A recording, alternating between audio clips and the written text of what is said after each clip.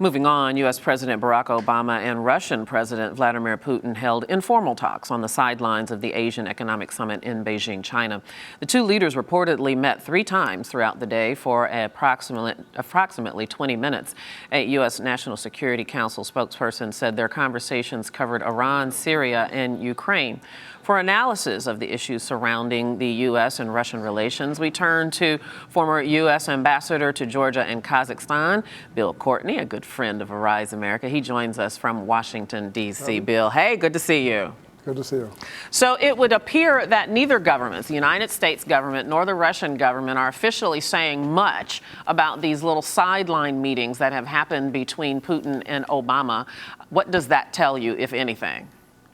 Well, the fact that there were 3 meetings and in total there were only 15 to 20 minutes suggests that really not a whole lot transpired, except that each side, President Obama and President Putin, probably gave their viewpoints, but not real negotiation, if you will.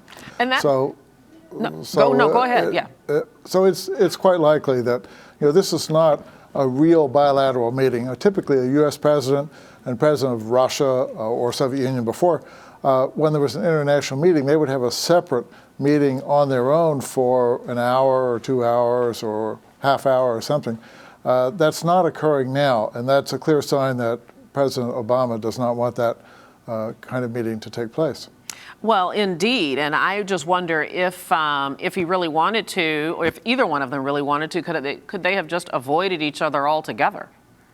It's a little hard sometimes when you have conferences because people have to walk from one room to another, and so it's awkward to do total avoidance. It's possible. U.S. leaders do that with Iranian leaders, for example.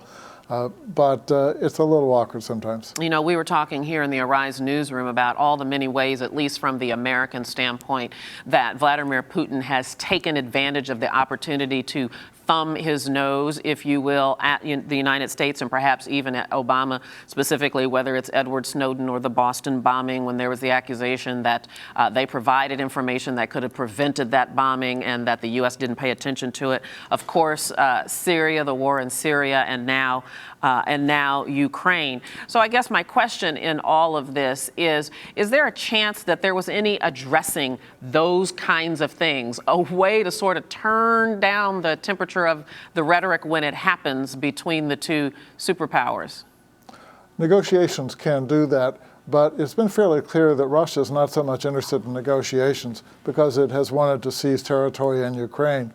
So talking for talking's sake often is not a fruitful thing to do in an international negotiation. Right now, the Russians have just sent dozens of new tanks and howitzers and armored personnel carriers into eastern Ukraine.